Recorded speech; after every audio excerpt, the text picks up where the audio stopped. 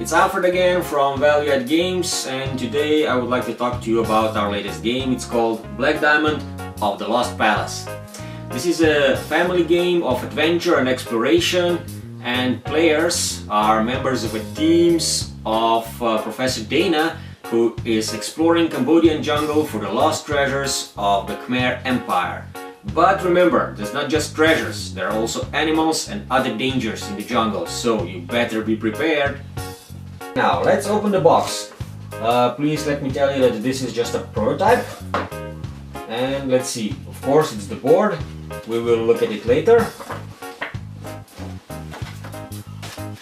The game rules here. Not too much of it. And it's also very simple. It comes with a story and graphical explanations, so nothing to be worried about.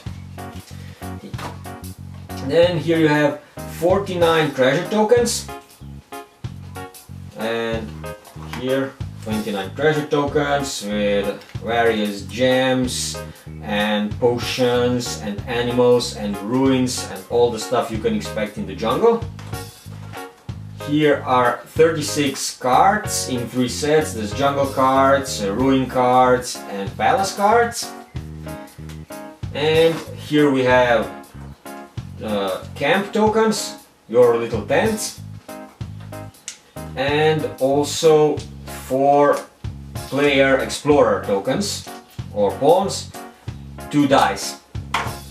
Okay, now let's talk about cards. There are 3 sets of cards, and all of them are also of a certain type.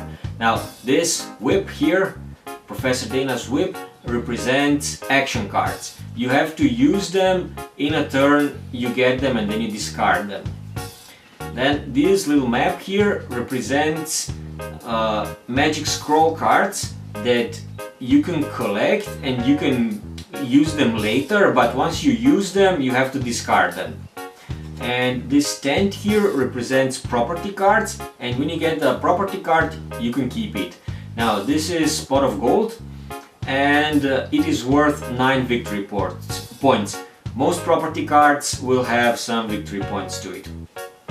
Also, most higher cards are locked with a certain gem combination, which means that you cannot take this card or use it unless you have corresponding gems. Black gems here are used to represent any color gem. So to unlock pot of gold you need 3 medium gems of any color. And for instance here the golden hourglass, which gives you 2 extra turns, you can only use it if you already have 1 ruby, 1 citrine and an extra ruby or citrine. If there are 2 gems in a single lock slot, you only need to have 1 of them, so or ruby or citrine. And this is also a special feature here in jungle cards. You can get butterflies and parrots and flowers. These are 3 collections. Now, each of these cards is worth 1 point, but you have to collect all 3 of them to get them. So if you only have 1 butterfly, you cannot get the points from it. Only if you have entire collection, you then get 3 points for entire collection. And players can also trade their property cards. 4 basic gems. These are rubies, sapphires, emeralds, citrines and diamonds. Diamonds can be taken by any player, and the rest of them can be taken by the player in the color of the gem or in the color of the tent down here. These are the victory points of the gem. This is black diamond, the most valuable object in the game. Here are tent tokens. They mark players' camps. This is Potion of Oblivion. When player lands on this token, all open tokens have to be closed on the board. Here we have 2 structure tokens. This is the palace token and the ruin token. When player lands on the palace token, take the palace card. When player lands on the ruin, take the ruin card.